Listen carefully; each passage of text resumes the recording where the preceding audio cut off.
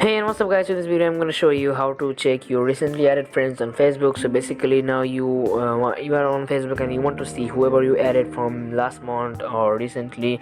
So it's very quick and simple to check. So basically you need to go to your Facebook first.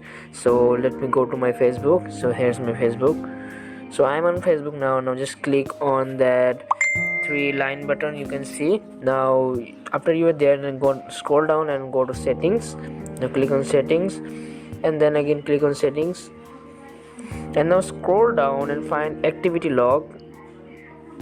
So here is activity log. Now click on it and just here you can see there are lots of things there in story, activity, page likes and following. Now just scroll light and then you can see there are lots of things. Again, let me show you first. There are group posts, likes, and now just click on this button called added friends and let it load. Now you can see there's the your added friends.